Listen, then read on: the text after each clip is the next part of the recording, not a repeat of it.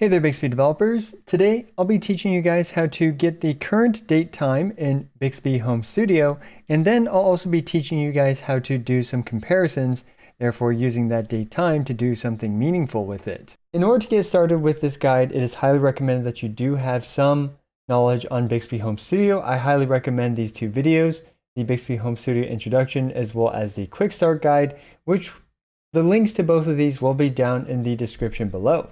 And in order to do this guide, you will need to create a simulated virtual switch, which you can do in your SmartThings app. Then you just go to Menu, Labs, Virtual Switch, and you will be able to create that virtual switch. Now, you can only create a virtual switch if you're in the US, UK, Canada, India, or South Korea, so do keep that in mind. And without further ado, let's go ahead and hop into the guide. Now we're going to start this off with a brand new project. I'm just going to be using the same smart plug that I've been using. It is just a very simple smart plug that turns on and off. We're going to click create metadata from scratch, and then we're going to scroll down to power switch, which is essentially just a smart switch that turns on and off.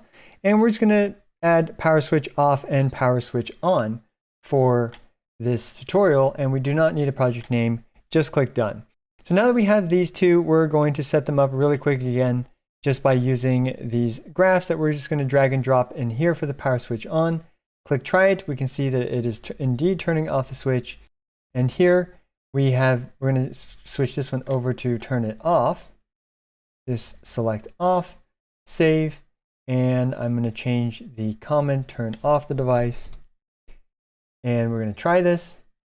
There we go. Now we are turning off the switch. Okay, so we are able to turn on and off this switch, but we actually want to get the current date time that is associated with this switch. So how do we do that? Well, we are going to actually need the DateTime node, which I believe it is called get DateTime attributes. And we will also need get current date time. So we're going to need these two nodes together, and we're going to intercept this one. So after we start this device, we're going to drag it from the main to the trigger of the get current date time. So let's actually remove that one real quick, and then we're going to connect this over. We can see that it is returning one of these fancy timestamps that developers use to get the current time information. What we actually need that's more useful to us as human beings is to see what the date time attributes are. So we can then trigger this get date time attributes node by connecting this one, the get current date time, to this one.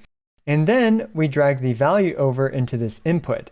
So what this is doing is that it is actually passing in the date time that this node extracted into this node, the get date time attributes. So now we should be able to see some more useful information. However, as we can see right here, it is 3:15 p.m. for me, but this datetime attribute is saying that it is actually the 23rd hour, which would be 11 p.m. So we can see here that this is not in the UTC -8 time zone for us. So we're going to need to adjust that, and we can adjust that with a constant. This one here has a node that it can take in for the zone ID. And we can actually just use this constant as a string. And we're just going to add UTC -8, which is the California time zone currently. And we can drag this one into the zone ID. So now this node is being triggered by the start. And then it is also accepting the parameter for UTC -8 for the zone ID. Now let's click try it. And here we can see that the hour is now 15. Which is correct for us currently. It is now 3:16, so we do have the correct time for this. However, that is just one, we're just simply grabbing this current date time, but we actually want to do something meaningful with it. Why don't we actually decide whether or not to turn the switch on or off depending on the time of day? We're going to delete this, and now we're going to use a numerical comparison node. This numerical comparison just does a simple greater than, less than, or equal to comparison for the values that are passed in. And because we want to determine this based on the hour of the day, we're going to pass the hour into the left-hand operator, and we're going to fire this node once the getDateTime attributes finishes getting the date time, so that'll go to the trigger node. And finally, we have to actually put in a value here in the right operand. So let's go ahead and add another constant to throw in a value, and this one's going to be an integer.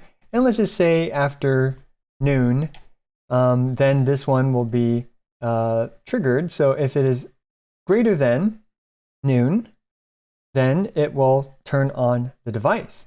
And if it is less than noon, then it will turn off the device. So we're just going to provide another response. And in case you're wondering how to do custom responses, we do have a tutorial on that. But right here, I'm just going to have this say, it is too early to turn this device on. So now let's go ahead and run this and see what happens. We can see here that right now it is went through the flow, and then it actually hit the success node because it turned on the switch, because right now 15 is greater than 12, which is 3 p.m. is greater than noon. And we can see that it flowed through, turned on the switch, and then gave us a success message. So let's actually flip this to less than, and let's click try it. And now we can see that it actually did flow through the false flow and provided us with the response, it's too early to turn this device on. So there you go. In this tutorial, you learned how to get the current date time as well as to pass in a time zone for this. And then finally, you learned how to extract the useful information from this date time with the getDateTime attributes. And then we were able to do something based on the numerical comparison node based on the current time of the day or the hour, and either turn the switch on if it is, greater than or whatever we set this to, or not turn the switch on and provide a custom response. Hopefully you found this helpful for your future Bixby Home Studio endeavors. And yeah, that's it.